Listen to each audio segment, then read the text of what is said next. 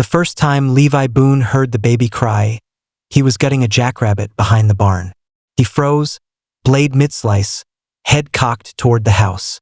The wind was dead still, August heat laying heavy over the Wyoming dirt like a wet quilt, so the sound carried clear, one soft, gasping wail, then silence.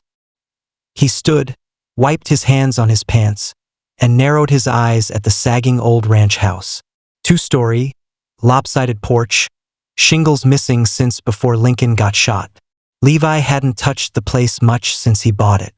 Well, bought was generous. $1 and a handshake. That's all it had taken. A deal brokered at the Laramie Saloon with a war-shaken veteran named Claude Pike who muttered about ghosts in the walls and weeping under the floorboards. Folks in town said Claude hadn't slept indoors since Appomattox. Levi didn't believe in ghosts. He believed in acreage and silence. But now something inside that house had cried. He picked up his rifle, not out of fear, just habit, and crossed the dry grass with slow, deliberate steps. His boots crunched over the grit. Each board of the porch groaned like it remembered pain. He nudged the door open and waited. Nothing. The air smelled like old wood and soot and dry rot. The parlor stood empty. Dust drifted like snow in slanted beams of light. Nothing stirred. And then, again, a cry. Muffled. Desperate. Behind the wall, Levi stared at the space between the fireplace and the staircase. The sound had come from there. A hollow clatter followed, like something shifting between joists. His spine prickled. He didn't say anything, just stepped forward, knocked the butt of his rifle lightly against the wall. The crying stopped. He stood still for a long time. Let's go back to where it all started. 3 weeks earlier, Levi had stepped off the westbound train with a duffel bag, a $10 hat, and the kind of silence that followed a man who'd seen too much and talked too little. 32 years old. 1 war, 2 brothers buried. No wife, no kids, no purpose left in Tennessee. So he came west. He'd heard about the ranch from a drunk cattleman coughing blood onto the saloon floor. Old Claude's place. Ain't right. No one stays long. That suited Levi fine. He rode out the next morning. Found Claude Pike sitting on a fence post like a buzzard, sunburned and twitchy. Claude didn't haggle. You want it? He said. Just don't go ham-airing on the walls. They shook hands. Levi slid a silver dollar into his palm. Claude didn't even look at it. Levi took possession that evening. The place came with a well, a half-collapsed barn, and 600 acres of nothing. No livestock, no neighbors. Just wind and dry grass and the kind of quiet that could rot a man from the inside out if he wasn't careful. He cooked beans on the stove, slept on the floor by the fire, put his saddle near the door and cleaned his rifle each night. He liked the silence, or thought he did, until the 3rd night. He'd been dozing in his bedroll when he heard it. A scuffle, faint, behind the walls. He sat up, listened. Nothing. Thought maybe a raccoon. Thought maybe he was tired. By the 5th night, he was sure. Footsteps. Quick ones. And then silence again. He checked the attic. The cellar. Nothing. Rats maybe. He patched a few gaps. Set no traps. On the 7th night, the footsteps stopped. But the crying began. Now, standing by the wall, rifle at his side, Levi listened. Stillness. He moved his hand along the paneling. Knocked again, gentle this time. Hey, he said, voice low. Ain't gonna hurt you. Nothing. He walked out to the barn. Came back with an axe. He stood for a long time with the blade resting against the wall. Something about it felt wrong. Like prying open a coffin. But then again, if there was someone in there. He swung once. The wood split with a groan. Dry dust billowed out. He struck again. Then again. A narrow space opened, maybe 2 feet wide, between the interior and exterior frame. A crawl space, old and dark, with slats and beams running like ribs through the belly of the house. And in the shadows, eyes, wide, brown, terrified. The girl couldn't have been more than 19. Her hair was matted, her face smeared with dust. She wore a man's coat 2 sizes too big, wrapped tight around her, and clutched to her chest, like a secret she'd kill to protect. was a baby. Levi didn't move. She stared at him, breath shaking. "I'm not the sheriff," he said softly. "Not here to drag you out." The baby whimpered, but she pressed its face into her shoulder, shushing it fast. "How long you been in there?" he asked. No answer. He crouched low, keeping the rifle away from her sightline. "You hungry?" Still nothing. He rose slowly, backed away, left the hole open. In the kitchen, he warmed up what was left of his beans. He poured a little water into a tin cup, set both by the fire beside his own plate, and sat down. He didn't look toward the wall, didn't speak again. Minutes passed. Then, quietly, carefully, the sound of movement. She came out like a ghost. Thin, silent, eyes flicking everywhere. The baby barely whimpered. She sat across from him, didn't speak, didn't eat, just rocked the child and watched him. He didn't push her, didn't even ask her name. But when the flames began to die down, she looked up once, met his gaze, and whispered something so low he almost didn't catch it. "Don't tell anyone." He nodded once, didn't ask why.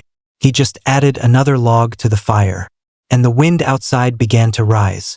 Levi didn't sleep that night. The girl had curled into the far corner of the room, back to the wall, knees up with the baby swaddled tight to her chest. She kept her boots on, watched every creak of the floorboards, every twitch of Levi's hand. The baby dozed between them, cheeks sunken but clean, face hidden in the oversized coat she wore like armor.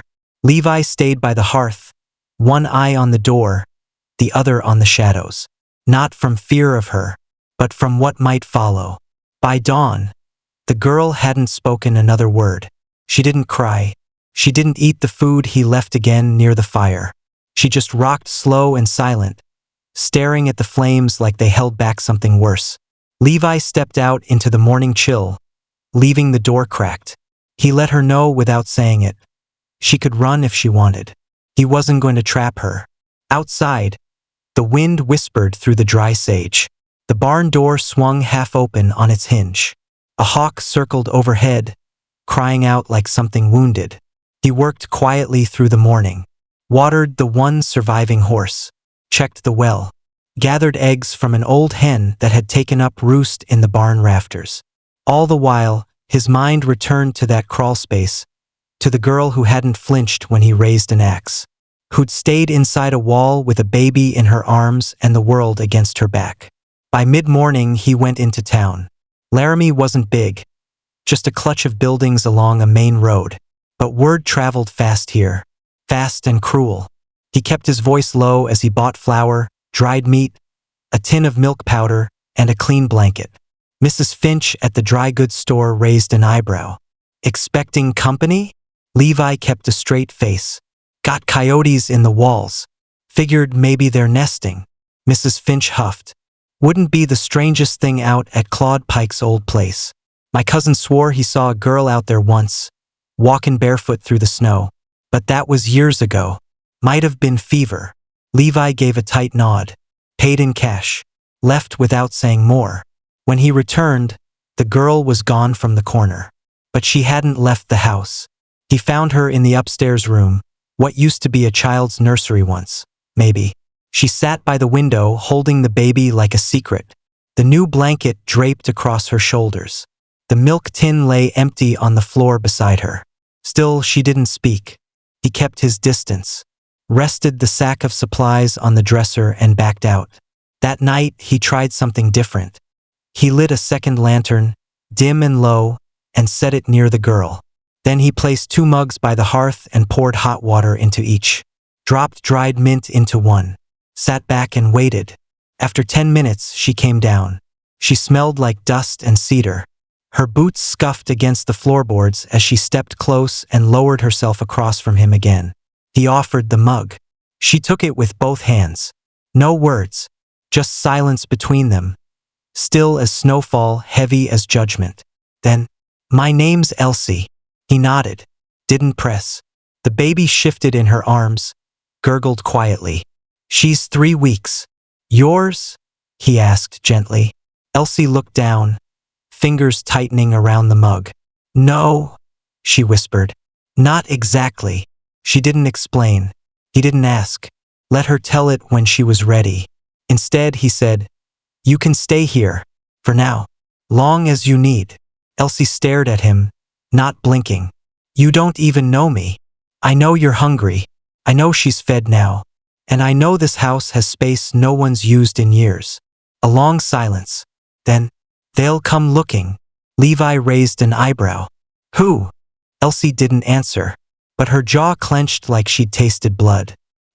2 nights later, Levi went to the saloon. Not to drink, just to listen.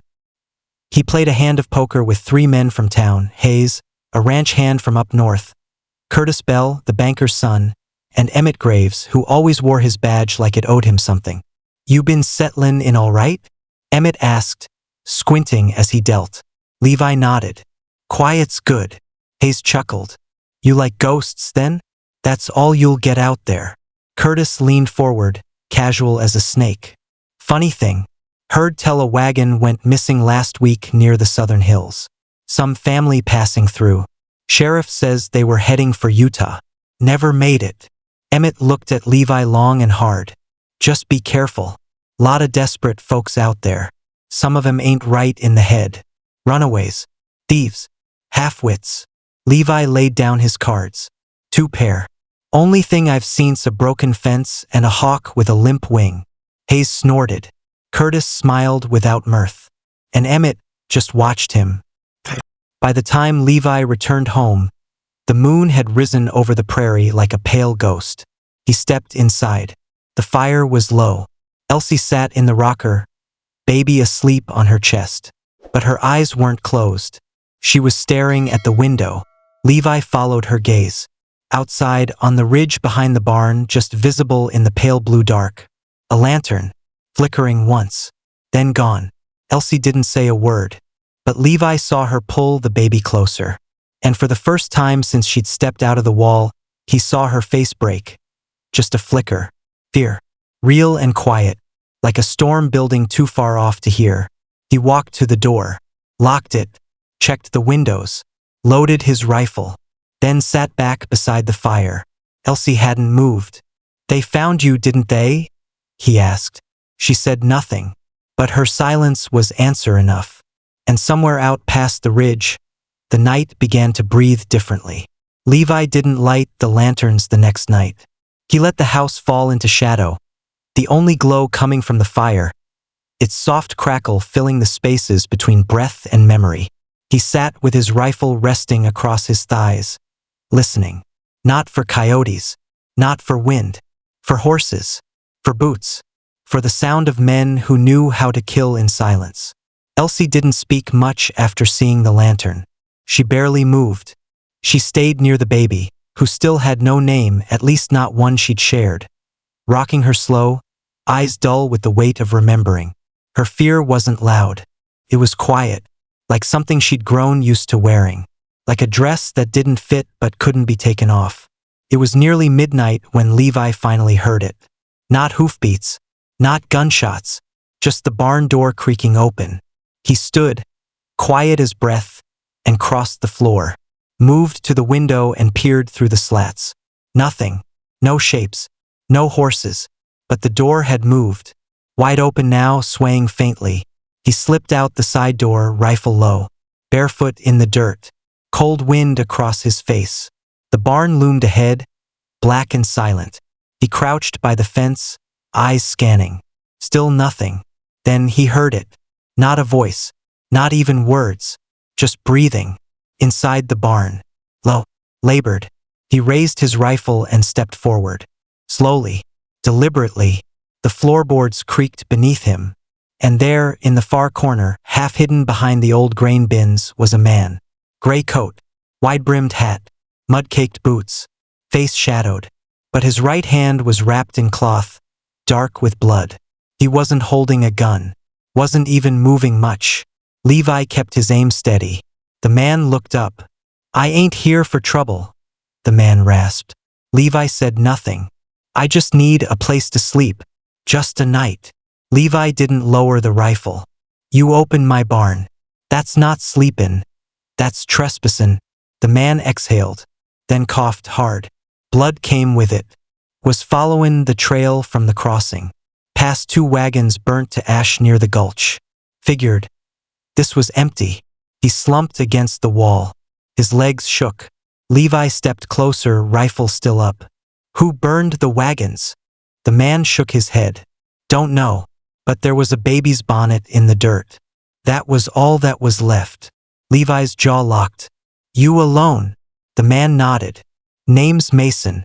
Was riding guard for a family heading west. Got jumped. They took the horses. Left me with a bullet in the leg and nothing but dust for company. He pulled back the coat to reveal a crusted bandage wrapped around his thigh. Levi kept watching. Something about him felt real. Worn. Like a man who'd seen worse than this. Don't go near the house, Levi said. You hear me? Mason nodded. Wouldn't dream of it. Levi stared at him for another beat. Then slowly lowered the rifle. I'll bring you a canteen and a lantern. But if you make me regret this, I won't. By morning, Mason was gone. Left the canteen half full, the blanket folded. Didn't take anything. Elsie never asked. But she watched Levi differently that day. Not with trust. Not yet. But with something softer than fear. That evening, as the sun dropped behind the hills, she finally spoke again. They came from Montana. Her voice cracked, dry from disuse. The men, all of them rode together, called themselves the Red Oak Company. Said they were a freight group, hired by settlers to help cross the river.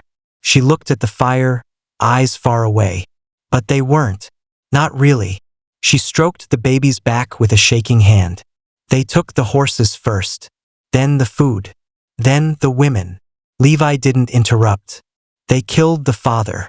Pushed him into the fire while he was still breathing. Said we'd be fine if we did what we were told. She swallowed hard. I didn't. Silence stretched out like a noose. I waited until they passed out. Took the baby and ran. She looked at Levi. I don't even know her name. She was just handed to me. Levi's throat worked. She yours now, he said. She blinked. Then nodded. Like she hadn't realized it until that moment. The wind rattled the windows. Elsie stared into the fire again. They'll come. When they figure out I'm not dead. Levi nodded once. And said what no one had ever said to her before. Let em. 3 days later, Emmett Graves showed up. Dust on his boots. Star shining proud on his chest. Levi saw the shadow on the ridge before the knock came. Emmett stood tall on the porch, one hand resting near his holster. A crooked smile pulled at the corner of his mouth like he was already amused. Howdy, Boone. Levi said nothing. Been a quiet week. Thought I'd check on the new landowner. You settlin' all right? Levi opened the door a little wider but didn't invite him in. Fine. Emmett's eyes scanned past him, toward the staircase. You've seen anything unusual? Vagabonds? Strays? Levi crossed his arms. Define unusual. Emmett chuckled. Smart man. Heard tell some folks went missin' near the canyon road. Burnt wagons. Horse tracks. One witness said they saw a girl running barefoot west, carrying something in her arms. Levi didn't blink. Could be ghosts, though, Emmett added. Town sure loves its stories. Then go chase ghosts, Levi said. Ain't nothing but dirt and echoes out here. Emmett tilted his head, just slightly. You always were the quiet man. Content truncated due to size limit. Use line ranges to read in chunks. You always were the quiet type. But if you see a girl, Boone, you tell me first. Law's law. Levi nodded slowly. I'll keep that in mind. Emmett stepped back, tipped his hat, and walked off the porch without another word. But he didn't head straight back to town. Levi watched from the window as Emmett lingered on the ridge, staring back at the house, thinking, plotting. And for the first time since Elsie appeared, Levi realized this wasn't going to be about survival anymore. This was going to be about standing ground against men who wore stars and men who thought a girl and a baby were things that could be taken. The wind shifted the next day. It blew in dry and fast, kicking up dust that danced across the porch and scraped against the windows like fingers. Levi stood at the edge of the yard, arms folded, watching the ridge. His rifle rested against the wall behind him. His mind was already 20 miles ahead, where the law wore different faces and the wrong word could dig your grave. Elsie stayed inside.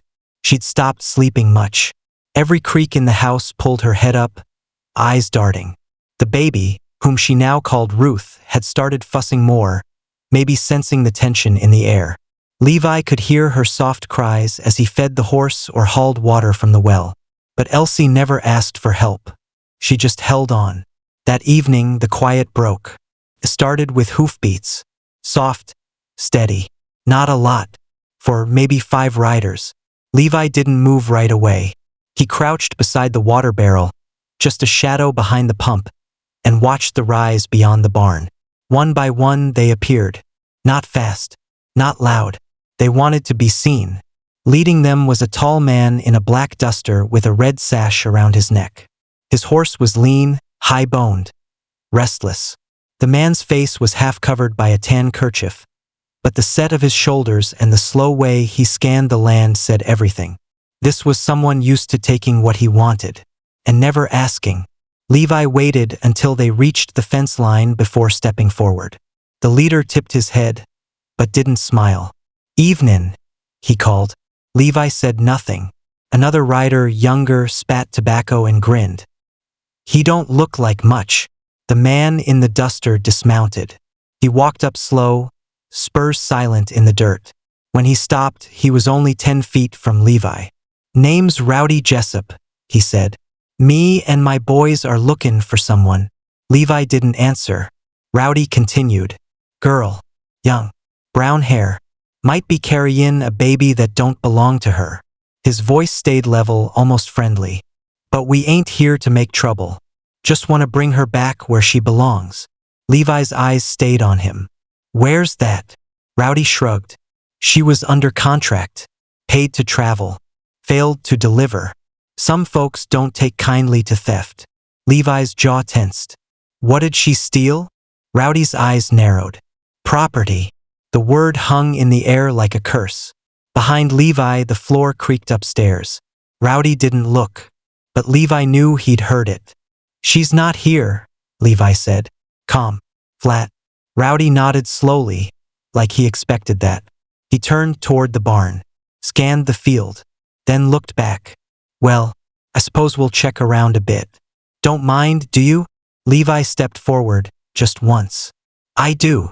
Rowdy smiled, thin and cold. "I ain't a lawman, friend, but I reckon I'm still owed what's mine." "You ain't owed anything here." Rowdy's smile faded, and just like that, the air changed. His hand dropped near his belt. Not to draw. Not yet. Just to remind. "You got a big place, mister. Would be a shame if someone came snoopin' in the wrong corner." Levi stared at him. "Would be worse if someone didn't come back out." They locked eyes, and for a beat, neither moved. Then, from inside the house, Ruth began to cry. A short, high-pitched wail, sharp in the quiet. Rowdy's head snapped up. Elsie's voice followed, too soft to understand, but clearly trying to hush the child. Rowdy turned back slowly. "Well now," he said, drawing out each word. "Ain't that something to—" Levi raised the rifle. Not aimed, just ready. Rowdy studied him again. Looked down the barrel. Then at the porch. Then at the house. He stepped back once. Then again. "You think this ends here?" he asked. "No," Levi said. "But it starts here." Rowdy chuckled. Low and bitter. Then he turned. Mounted. Rode off without another word. His men followed. But they didn't ride fast. They rode like they were circling. That night, the fire stayed lit. Levi boarded the windows, pushed the furniture against the doors. Elsie sat with Ruth in her lap, eyes glassy. Her hands never stopped moving. Adjusting the blanket, smoothing the baby's hair, checking the laces on her boots again and again like she might need to run at any moment. "They'll come back," she said, voice brittle. Levi nodded. "I know." She stared at him, searching. "You don't owe me anything." "I know." He knelt beside her. "She's not property," he said. Elsie blinked. Then, for the first time, she let her guard drop. "Her mama died in the first hour," she whispered. "They just left her there, like she wasn't even a person. I didn't know what I was doing. I couldn't leave her." "You didn't," he said. The silence held between them like a fragile truth. Outside, the wind shifted again. Levi stood. "I need to show you something." He led her to the back of the house, to the crawlspace she'd once hidden inside. He'd been working in it quietly for days. Now it was cleared, lined with blankets. A small lantern, water, dried food. "You and Ruth stay in here if I tell you to." Elsie stared at him. "What about you?" Levi shook his head. "They ain't looking for me." She stepped closer. "I can fight too." "I know," he said. "But this time, let someone else stand." Elsie didn't cry, didn't argue. She just looked at him for a long, long moment. Then she nodded. And that was all the permission he needed. By the time dawn broke, the riders were back. Not 5 this time, 7. Riding slow. No law with them. Just dust, leather, and the kind of men who took things without ever wondering what it cost. Levi stood alone in front of the house, rifle in his hands, one boot heel braced in the dirt. He didn't look back. Didn't need to. The fire behind him was warm, and the girl and baby in the walls were silent, but ready. The lead horse stopped 20 yards out, hooves stamping in the dry earth, eyes wide with tension. Rowdy Jessup stayed in the saddle this time.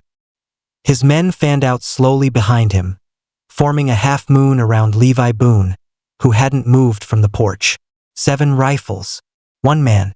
Rowdy sat tall in the saddle, calm as a preacher, face still covered in dust and red cloth. "Morning, Boone," he said, voice loud but polite. "You had time to think about our situation." Levi didn't reply. He stood barefoot in the dust, sweat darkening the collar of his shirt. His rifle was raised but not aimed. "Not yet." Rowdy gestured casually with a gloved hand. "Now, I don't want to come across as unneighborly. We're just here for what's owed. A girl, a child. You give him up, we ride out. Simple as anything." Levi's eyes stayed on him. Then he said, "You ever owned something that bled?" Rowdy blinked. Levi stepped down from the porch.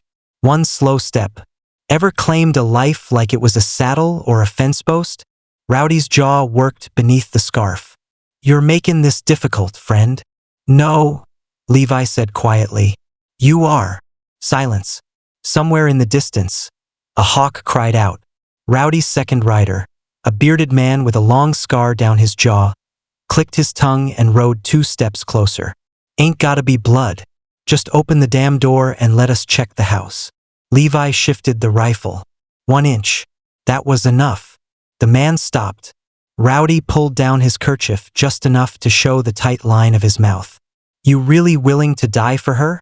For some girl crawled out of the dirt with another man's kid?" Levi didn't blink.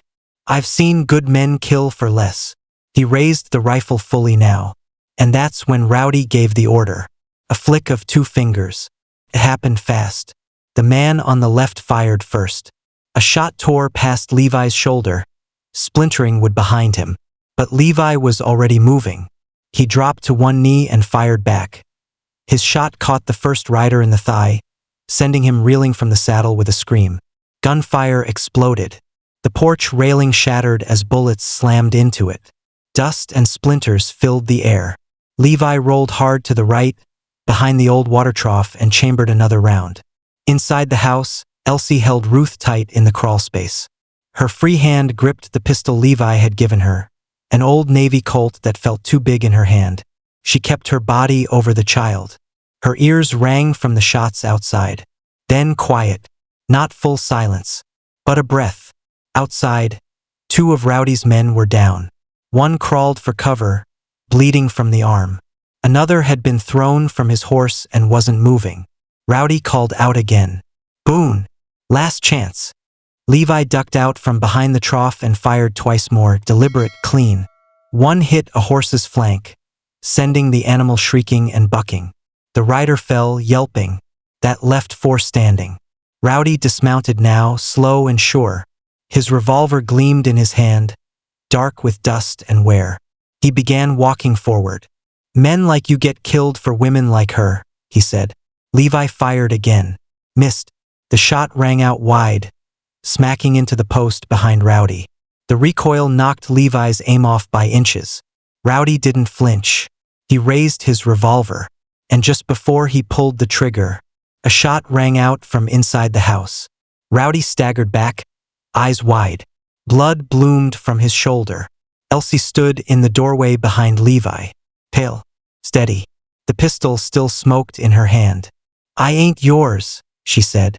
Rowdy stared at her, then fell to his knees. The other riders hesitated, looked to each other, then to Levi, who now had his rifle up again. One by one, they backed away. The man with the scar spat in the dirt. This ain't over. Levi stepped forward, eyes like flint. It is if you want to keep breathing. The man cursed, mounted, and rode off. The others followed. They didn't look back. By the time the dust settled, Levi had blood on his hands. Some of it his, most of it not. He knelt beside Rowdy Jessup, who groaned, clutching his shoulder. You're lucky she shot, Levi said. Should have killed me, Rowdy hissed. Levi leaned closer. She didn't have to. Rowdy tried to rise. Failed. Levi pulled the revolver from his holster, then tossed it into the dirt behind him. You ride out of here with what's left of your pride. You come back. I bury it with you. Rowdy's breath rattled in his chest, but he nodded. That night, the prairie was silent again. The house still stood, scarred but standing. Inside, Elsie sat near the fire with Ruth curled on her chest, asleep. Her hands trembled, but her eyes were clear. She looked up at Levi when he walked in. Did I do the right thing? She asked. He crouched beside her. You saved a life. Maybe not mine. Levi didn't answer right away. Instead, he said, she cried for you when it started. Not her mother. You. Elsie looked down at the baby. Her hand moved gently over Ruth's cheek.